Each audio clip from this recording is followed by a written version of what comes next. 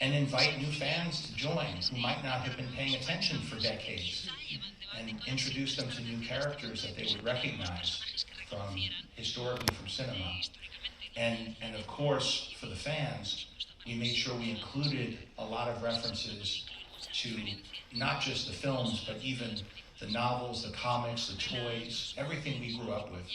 And so I think we struck a good balance between making it inviting for new fans to come in, welcoming all fans of Star Wars, no matter what their favorite is, but also keeping it simple enough that we could invite new, especially younger viewers to join in, because it's one thing for us to enjoy it, but part of it is that you want to invite a new audience and a younger generation, and that's what's going to keep Star Wars going into the future.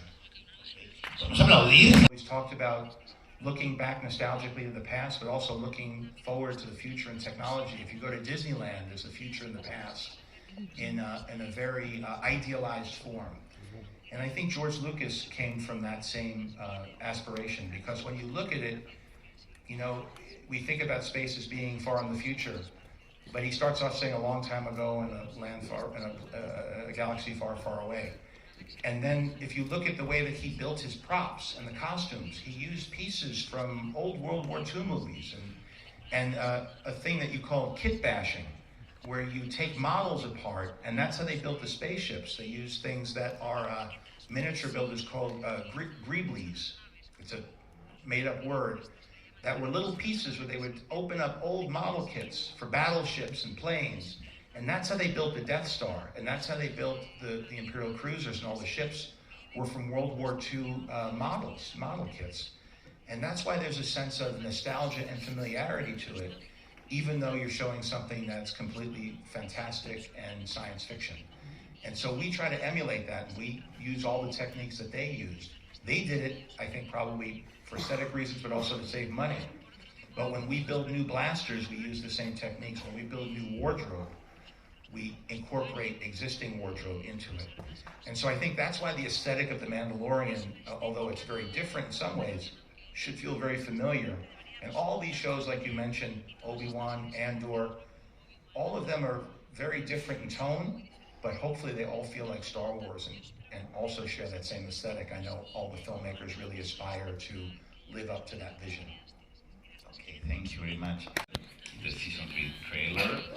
How important are the original Star Wars movies to the future of The Mandalorian? I think that becomes our roadmap. And I think the trick is, how do you make Star Wars that include everybody, no matter when they grew up and what Star Wars is their favorite? Because, you know, when I was growing up, there was a snobbishness about Return of the Jedi compared to the first two. I was a little kid when the first one came out, and I was in high school, and I was an usher in the movie theater when Return of the Jedi came out. So even then there was arguments about which is the real Star Wars. And then the prequels came out, and all the older people said, well, our Star Wars is better. Well, now those people who grew up with the prequels, that's their Star Wars. And then you have to look at it with renewed curiosity, because you realize that George's vision tied all of it together. And by me talking to Dave Filoni, I've learned to really appreciate the prequels. And now you have sequels with a whole new generation that connect with those characters. And there are people who grew up with the Clone Wars, because there was a whole stretch of 10 years when that was what Star Wars was. And so our goal is to bring all Star Wars fans together, and no matter what you like, we want to let you know that we respect that part of the canon, and we want to have everybody be included in what we present. Okay, amazing. The importance of the astonishing VFX, who I can say looks artisanally, look very real, practical. Yeah, there's no competition. It's always story and character first. That has to be the most important thing that guides us, and the myth, and the characters, and also the consistency with what people who have lived their whole lives with Star Wars expect from Star Wars. So most of our conversations are not about technology. Most of our conversations are, does this make sense in Star Wars? Is this a Star Wars story? Is this a character that's redundant with another character? How is this character different? Who would this character know if they're that age living in this time period? What would they be aware of? We like to create logic and consistency, and that's having experts in the sequels, the prequels, Clone Wars, and even the extended universe. So those are most of our conversations. Beyond that, it's about having characters that are clear and strong, and storylines that can be complicated but simple enough that a young person could watch it as well. Because we never want to close the door on the new fans. And it's okay for people of all ages to enjoy Star Wars, but we always have to make room for young people, because this is what mythology is about. Mythology is about the generation that's coming of age, learning lessons from the stories that they watch. And that was very much what George Lucas, when I've talked to him, has impressed upon me, that there's a responsibility that he's always felt. And I think we all try to uphold that. Now, as far as the technology goes, we have the smartest people at ILM, and we always are looking for new ways to innovate. And we never shy away from being cutting edge with the technology. But Star Wars is always a combination of the old and the new. And so in Star Wars, you can have a puppet like Grogu, that although he's high-tech and animatronic, he still looks like a puppet. I don't know that that character would exist in another type of movie. I don't think you could see that character in a Marvel movie. I don't think you could see that in another science fiction movie. But because Star Wars always had that relationship with masks and puppets, like Yoda, the original Yoda, that there's part of the aesthetic. And so it could be kind of playful and silly, but also it could be really scary and tough. And also you could have invisible visual effects that you think are real, side by side with somebody with a rubber mask. Excellent. And this is a question I ask always to directors. When you are writing the scripts, do you also think about what the images will be like? You think in images? I do. You know, and television is really a wonderful exercise for a writer and a storyteller. You know, we put so many minutes of story on the screen compared to a film, and we do it in about half the time. So it becomes an exercise in efficiency and collaboration. And having a whole a team of directors that all come together to help execute this story, and all of us to create something that hopefully each episode feels a little bit different and has the personality of the directors, but all can exist together as a whole. So a lot of times as a writer, you know, most of the time you spend trying to use your script as a sales tool, that you want to charm the reader. Because I don't know, you know, the way it has worked traditionally in Hollywood is, okay, so let's say somebody writes a spec script. They write it without getting paid, they have an idea, and they want this script to get bought and get made. They present it and submit it, usually through an agent, to a studio.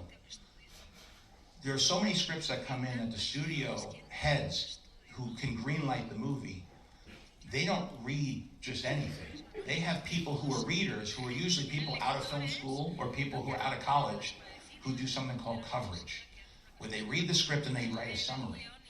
And they say if they recommend it or not. If they recommend it, they pass it to the next person up. So it has to be read by several people. So what you're trying to do when you're writing in the traditional system is you're trying to charm the people who are reading it to say, I like that script, you should check it out, it's a good read. So really what you're doing is trying to entertain the reader more than be specific about how something is executed. So some of the most successful screenwriters are just really charming novelists who know how to present things in a way where it's a page turner. And so it's as you can imagine, that system, it's very hard for a screenplay to rise to the top. Now when you do television, it's completely different. We know we have to make 8 episodes, and I have to communicate with my script to everybody who works on the show a shared vision. So there's dialogue, and there's very specific, it becomes a map for the show. And so it's a whole different style of writing. But I like reading that style better too. So when I read one of Dave's scripts, it's very immediate. There's no flowery descriptions or dialogue. It's real, it's like pulp fiction. And so it's a page turner, and so everybody knows what's the costume gonna look like? What type of location are we gonna try to find? How do I you try to write things that get the storyboard artists excited. You do things that you know are gonna pique their enthusiasm. Because ultimately, you're gonna need all these people to come together to create this episode of television. And so it becomes a team sport. You're like writing up a sports play. And you know your team and who's good at what, and you make references in the script to other episodes. So it becomes a really intricate map. And they're usually very short.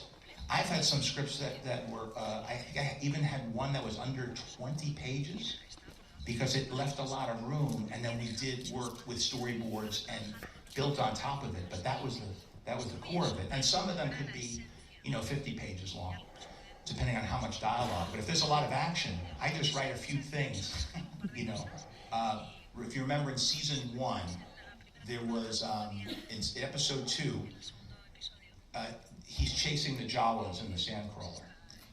That was only about a half page or an eighth of a page saying he chases the Sandcrawler, he climbs up, I mentioned a few things that happened, and then he gets zapped and he falls off. And then Rick Famuyiwa worked with Dave Lowry, our storyboard artist, the director and the storyboard artist, and the stunt team, and they built out this whole sequence that you saw. That was like a big train robbery sequence from an old Western. So that's where it becomes very collaborative, and that's why I love it, and that's why you're not seeing me going off and making movies, and I've stuck with The Mandalorian and with Star Wars for so long, because I've never had as fulfilling of a collaborative process in storytelling for the screen. Amazing.